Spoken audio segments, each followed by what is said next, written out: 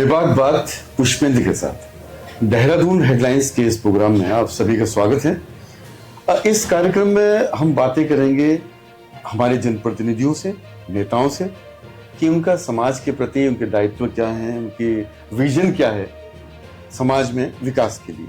तो आज सबसे पहले हम मुलाकात कर रहे हैं इस कार्यक्रम में आशीष बिष्ट जी से, जो प्रधान ग्राम पंचायत पपड़ियान से और युवा हैं और विकासखंड विकास नगर के सबसे युवा प्रधान है।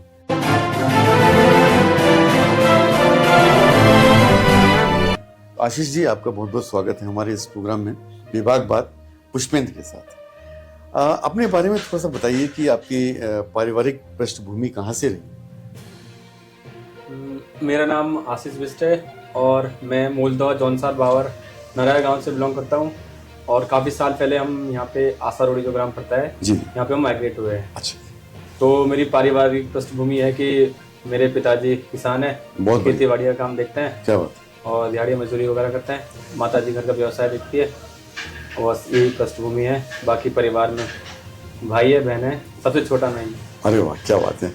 और मुझे जहाँ तक पता चला है कि आप छात्र संघ के अध्यक्ष भी रहे हैं वीर केसरी चंद्र विद्यालय डाकपत्थर से, तो वहाँ से शुरुआत हुई कि आपकी जनप्रतिनिधि बनने में एक लीडरशिप के लिए? जी बिल्कुल। जैसे 12th हुआ तो मेरा जो था डिसाइड, जो करियर डिसाइड करा था मैंने, वो करा था आर्मी में जाने का। अच्छा। लेकिन फिर उसके बाद कॉलेज में जाके एनसीसी ली और वहाँ पे भी लीडरशिप क्वालिटी सिखाते हैं। एक तरह से एनसीसी का, तो एनसीसी करियर में जाते जाते तो वहाँ पे बहुत सारी चीज़ें मतलब जैसे लीडरशिप क्वालिटी आपके अंदर पैदा होती है। उसी के दौरान फिर AVP से जुड़ता हूँ, अखिल भारतीय विद्यार्थी परिषद से। और वहाँ पे ज्ञान से लेखता उसका वाक्य है, आदर्श वाक्य। तो उसके कदमों पे चल के आगे के छात्र छात्राओं की सहायता के लिए जिस प्रकार से कार्यक्रम चलते हैं, छात्र छात्राओं की सहायता करते गए। फिर आने वाले समय में फिर हमारे जो सीनियर है हमारे, तो उन्होंने देखा कि इसके अंदर क्वालिटी है और इसको देखते हुए उन्होंने मेरे को छात्र संघ चुनाव में लड़ने का बोलते हैं एक अवसर दिया, बातचीत वगैरह करी। तो फिर मैंने भी उन्हें मना नहीं करा और इसी प्रकार से AVP में काम करते करते करते समाज सेवा में जुड़ गए। एनसीसी कहीं ना कहीं आपको एक डिसिप्लिन में रहना सिखाती है जी, और जुझारू बनाती है आपको समाज के प्रति, समय के प्रति जी। तो उसके बाद आप, जैसे कि आपने बताया कि आप अध्यक्ष रहे, वो अनुभव कैसा रहा आपका? देखिए, जब महाविद्यालय में जाना, उस बार राजनीति करना, छात्र राजनीति करना, तो इतना आसान नहीं होता है क्योंकि आपको सुबह से लेकर शाम तक आपको दिन भर काम करने पड़ते हैं और छात्र छात्राओं के बीच में विभिन्न प्रकार की समस्या आती है। छोटी छोटी समस्या आती है, छोटी समस्या कभी बहुत बड़ी बन जाती है। बिल्कुल। कभी एक छोटी समस्या से उस छात्र का पूरा भविष्य उस पर टिका होता है। सही बात। तो जब ऐसी ऐसी समस्या आती है और छात्र छात्रा बिल्कुल ऐसे परेशान होते हैं, तो वो फिर दिल को ऐसा लगता है कि नहीं, हमें कुछ करना चाहिए या हमें इसके लिए बनाया है भगवान ने, तो हम इनकी मदद करते हैं। तो हमें तो जब भी छात्र छात्राओं ने कभी भी, चाहे अपने कार्यकाल के दौरान हो, वर्तमान समय में भी, जब भी कोई छात्र याद करता है तो कोशिश करते हैं कि उसके समस्या का समाधान कर सकें। और अपने कार्यकाल के समय में तो मैंने हर प्रकार की समस्या जितना मुझसे हो सका मैंने करा। और इसके बाद आपने ग्रेजुएशन पोस्ट ग्रेजुएशन यहीं से किया जी, तो उसके बाद कोई गैप रहा बीच में या सीधा आप यहाँ चुनाव में उतर गए? जी नहीं, गैप कुछ नहीं रहा। अभी मैं इससे पहले मैंने विद्यार्थी परिषद में विकासनगर जिले के जिला संयोजक के रूप में दायित्व का निर्वहन किया है। उसके बाद देहरादून विभाग संयोजक के दायित्व के रूप में निर्वहन किया। फिर उसके बाद जैसे ही मेरी अभी just post graduation political science से समाप्त हुई है, उसके बाद ही ग्राम पंचायत का चुनाव आता है। तो ऐसा कुछ विजन था नहीं चुनाव लड़ने का, मतलब विचार था नहीं। लेकिन फिर एकदम से मन में आया कि हमारे गांव में जो समस्या है और इस समस्या का समाधान कौन दे सकता है। समस्या को देखते हुए मन में विचार आया कि क्यों ना अब छात्र राजनीति से क्षेत्र की राजनीति में प्रवेश किया जाए और जो सबसे पहले विकास कार्य है वो अपने ग्राम से स्टार्ट किया जाए। एक छात्र नेता में और अब आप प्रधान बन गए हैं, इन दोनों में आपको क्या फर्क लगता है कि कार्य में, कि वहाँ जो कार्य था, वहाँ जो माहौल था और यहाँ जो है, तो अब आपके सामने क्या चुनौतियाँ हैं? देखिए, चाहे वो छात्र राजनीति की बात हो या क्षेत्र राजनीति की बात हो, मुझे तो नहीं लगता है कि मेरे अनुकूल की कोई अलग चीज़ है। क्योंकि आप छात्र राजनीति में हो तो आपको समस्या को समाधान देने पड़ते हैं। बिल्कुल। आप क्षेत्र राजनीति में हो तो क्षेत्र राजनीति में आपको समस्या को समाधान देने पड़ते हैं।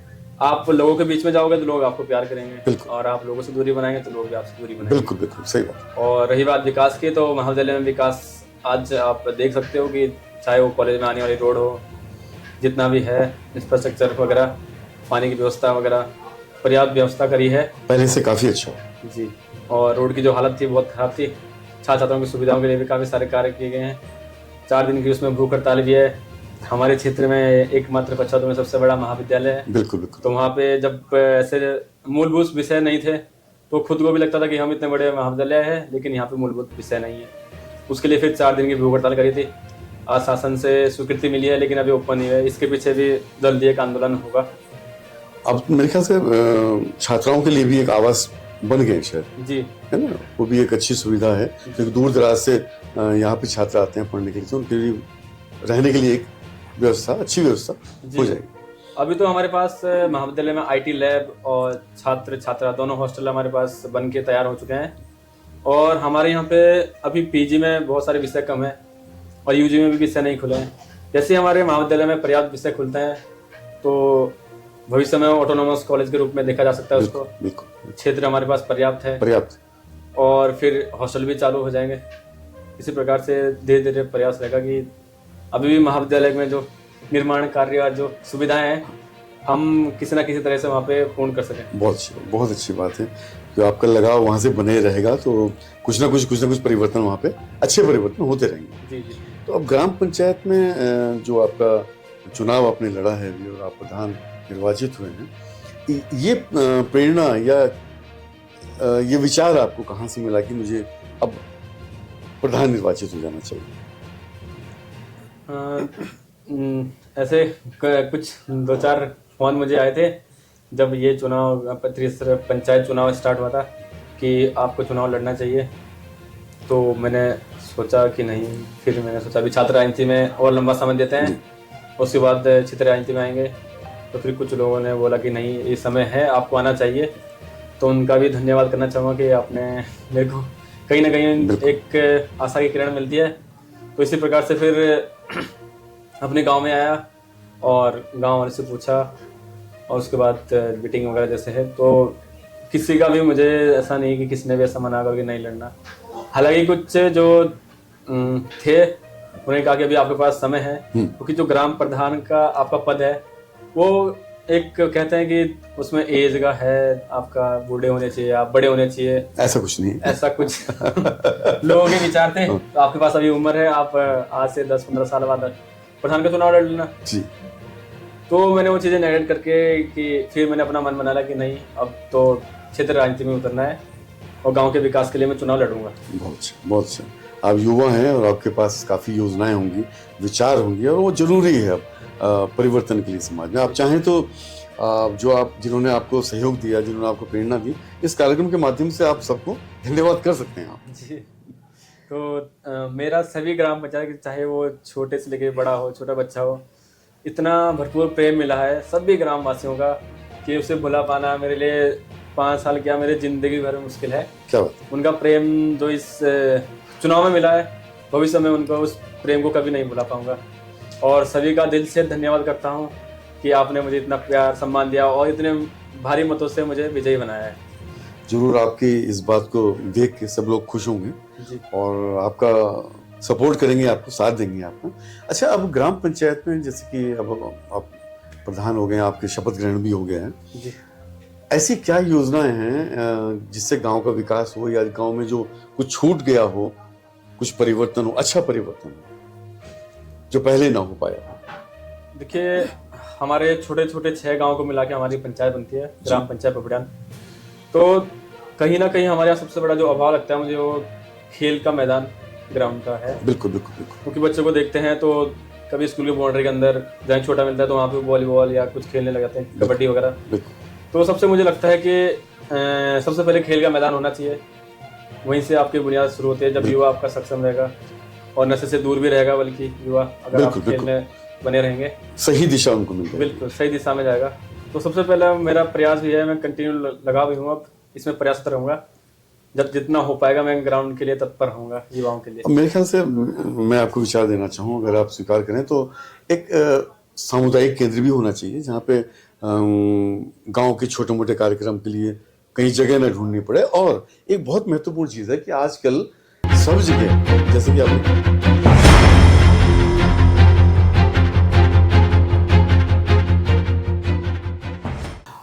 कि आपने कहा कि खेल मैदान होना चाहिए, मेरा एक विचार और भी है कि हम लोग ये भूल रहे हैं कि आजकल हमारे जो बच्चे हैं उनके मनोरंजन के लिए, और जो हमारे बहुत महत्वपूर्ण अंग हैं समाज के, जो बुजुर्ग हैं, महिलाएं हैं, पुरुष हैं, उनको आपस में बातचीत करने के लिए, मनोरंजन के लिए किसी पार्क की व्यवस्था होती ही नहीं है।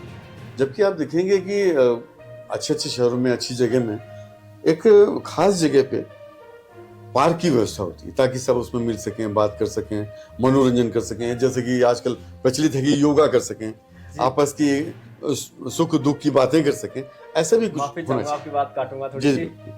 हमारा जो क्षेत्र है ग्रामीण क्षेत्र है, और सारे ही लगभग 90 से 95% हमारी जो वहाँ पे आबादी है, सभी श्रमिक है, अपना काम वगैरह देखते हैं।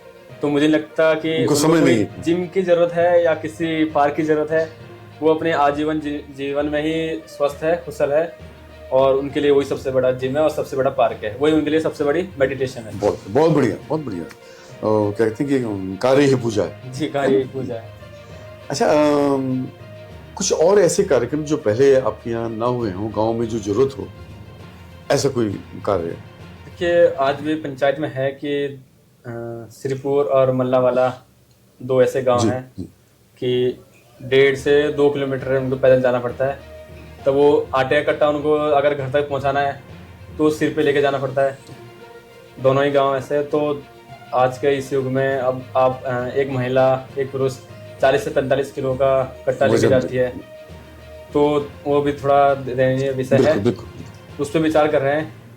अब उसमें थोड़ा सा विवाद ये आ रहा है, तो मैंने पूछताछ भी करी, तो उसमें क्या है, प्रयास भी क्या है हमारे पूर्वी प्रतिनिधियों ने, ऐसा नहीं है, लेकिन उसमें थोड़ा सा फॉरेस्ट के लैंड का जो है, अच्छा, हाँ, वो उसमें इशू आ रहा है। तो देखते हैं, जितना हर संभव होगा प्रयास करेंगे कि गाँव को लिए भी रोड से जोड़ा जाए जी। और हमारा जो नेटवर्क है, कनेक्टिविटी गांव से रोड से और गांव की ओर, तो थोड़ी कनेक्टिविटी कम है, तो प्रयास रहेगा कि कनेक्टिविटी को जोड़ दिया जाए। पेयजल की सबसे बड़ी समस्या है जी। आजकल 1 महीना से ज़्यादा हो चुका है, तो पानी की लाइन टूट गई, काफ़ी दूर से आती है, 5-7 किलोमीटर से। तो ये जो बरसात में फिर टूट जाती है लाइन, और आज 1 महीने से ऊपर हो गया है। सभी ग्रामीण परेशान है, कोई कैसे बरसात के पानी से गुजारा कर रहा है, क्योंकि तो बेसिक चीज़ है। कोई ढोके ला रहा है जल स्रोत से, कोई मोटर से व्यवस्था कर रहा है। तो कल मेरी बातचीत हुई थी अधिकारियों से, तो उन्होंने टेम्परेरी व्यवस्था के लिए कहा है अभी। तो पेयजल की सबसे बड़ी समस्या है, तो स्थानीय रूप से पंपिंग योजना का विचार है कि भविष्य में पंपिंग योजना के माध्यम से पेयजल की जो आपूर्ति है वो पूर्ण की जा सकती है। क्या ट्यूबवेल भी लग सकते हैं आपके ग्राम पंचायत में? पंपिंग योजना से हो सकता है, ट्यूबवेल से नहीं हो सकता है जी। अच्छा, एक और बहुत महत्वपूर्ण चीज़ है, जैसे कि आप युवा हैं और आजकल सबसे बड़ी समाज में एक अभिशाप हो रहा है नशे का।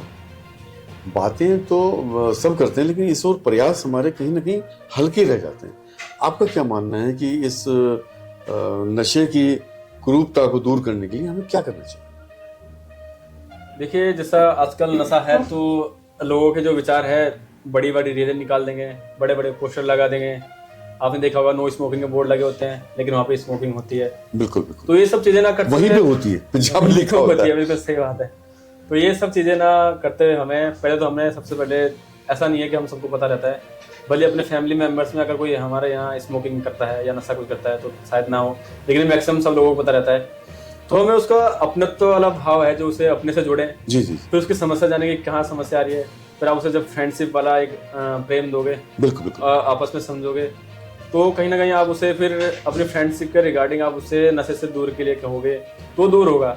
अगर आप ऐसे डायरेक्टली, मुझे लगता है कि आज तक मैं भी 25 साल की एज हो गई है, प्रयास कर रहे हैं, लेकिन अगर आप इनडायरेक्टली रूप से या डायरेक्टली रूप से किसी को बोलते हैं कि आप नशे से दूर हो, तो आपको उल्टा बुरा मान जाएगा, बोलेगा नहीं ये चीज अच्छी नहीं है। आपको दोनों ने जवाब दे देगा कि अच्छा है और इससे कुछ नहीं होता है और ये सेहत के लिए बल्कि लाभदायक है। वो अपनी तरफ से इंटरप्रिटेशन करेगा बात। तो ये चीजें को देखते हुए हमें पहले व्यक्तिगत रूप से पहले तो सबसे पहले परिवार की इसमें सबसे बड़ी भूमिका है। बिल्कुल, माता पिता की बिल्कुल, सबसे बड़ी भूमिका है बिल्कुल, कि माता पिता के अगर चाहेगा, अगर ऐसे दूरी बना के रखेंगे तो थोड़ा सा कहीं ना कहीं वो दूर जाएगा बच्चा। हाँ। अगर अपने तक भाव रखेंगे, आपस में प्रेम बना के रखेंगे, आप उनसे चीजें पूछेंगे कि कहाँ आपको समस्या आ रही है, क्यों आप ये चीज कर रहे हो, ये चीज गलत है, तो इस प्रकार से वो कहीं ना कहीं समझेगा। और फिर अगर नहीं समझा तो कठोरता भी फिर दिखानी होती है। मेरा मानना है कि कहीं ना कहीं सामाजिक रिश्तों में दूरियां भी इसका एक शायद एक कारण है जिसे हम अक्सर भूल जाते हैं। आपका क्या मानना है? बिल्कुल, आजकल एक तरफ से नशा देखा जाए तो दूरियां, आपने बिल्कुल सही कहा कि दूरियां इसका कारण है। जिस दिन ये आजकल पारिवारिक में दूरियां, पहले आपका गांव समाज था, भोजन एक साथ बैठ के खाते थे, बिल्कुल, और आपका सुबह का शाम का हाँ। खाना एक साथ होता था, तो परिवार में कोई ना कोई समस्या होती थी, आपस में मेल जोल रहता था, आपस में बैठते थे। लेकिन आजकल आपको पता ही है कि एक कमरा, एक अलग पेरेंट्स का, अलग बच्चों का, तो क्या कर रहा है कुछ पता ही नहीं है।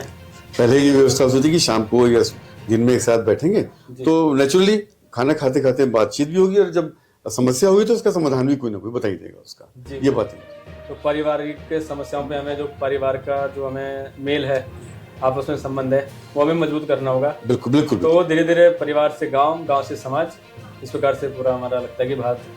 बिल्कुल सही कहा आपने, बिल्कुल। अच्छा, अब एक जाते जाते एक प्रश्न और आपका, आप आपने अपनी योजनाओं का विजन भी बताया, क्या क्या योजनाएं आपके पास हैं। आप ग्रामीणों को क्या संदेश देना चाहेंगे इस प्रोग्राम के द्वारा? इस प्रोग्राम के माध्यम से मैं ये संदेश देना चाहूँगा कि आप मुझे देख रहे हैं, और सभी से आपका पुनः दिल से धन्यवाद करता हूँ कि आपने मुझे ग्राम सभा में एक प्रधान के रूप में गांव में विकास कार्य और गांव को सेवा देने का मुझे अवसर दिया है, और इसके लिए मैं आजीवन आपका आभारी रहूँगा। और आपको कभी भी लगता है कि कभी भी एनी टाइम, तो मैं आपके लिए हर संभव जितना भी समय होगा उतना दूंगा। जब आप मुझे याद करेंगे तो मैं आपके लिए तत्पर रहूँगा, और आपसे आशा करूँगा कि जिस प्रकार से आपने इस चुनाव में मेरा साथ दिया है, बल्कि चुनाव में नहीं, मुझे आपका साथ हमेशा भविष्य के लिए भी चाहिए, और निरंतर आपका साथ और प्यार हमेशा बना रहना चाहिए। बहुत बहुत अच्छा आपने मैसेज दिया आशीष जी, आपने हमें समय दिया, उसके लिए बहुत बहुत धन्यवाद। और आपके जो भी विचार हैं, जो आपने सोची है कि योजनाएं मैं करूंगा, उनके लिए बहुत बहुत शुभकामनाएं। बहुत बहुत शुभ हो, अच्छा हो, और अगली बार जब मिले तो पता चले कि आपने ये काम बड़े विश्वास के साथ किए हैं, और उसके लिए आपको बहुत बहुत शुभकामनाएं। आशीष जी, आपको हमारे देहरादून हेडलाइंस के प्रोग्राम बेबाक बात पुष्पेंद्र के साथ की तरफ से ये छोटा सा मोमेंटो जो आपको हमारी याद दिलाते रहेगा। तो दोस्तों, ये थे हमारे साथ आशीष द्विज जी, युवा प्रधान ग्राम पंचायत पोपड़ियान से। अगले प्रोग्राम में किसी और शख्सियत के साथ हम लोग मुलाकात करेंगे। तब तक के लिए नमस्कार, धन्यवाद, और ये जरूर बताइएगा कि आपको ये प्रोग्राम कैसा लगा। नमस्कार, धन्यवाद।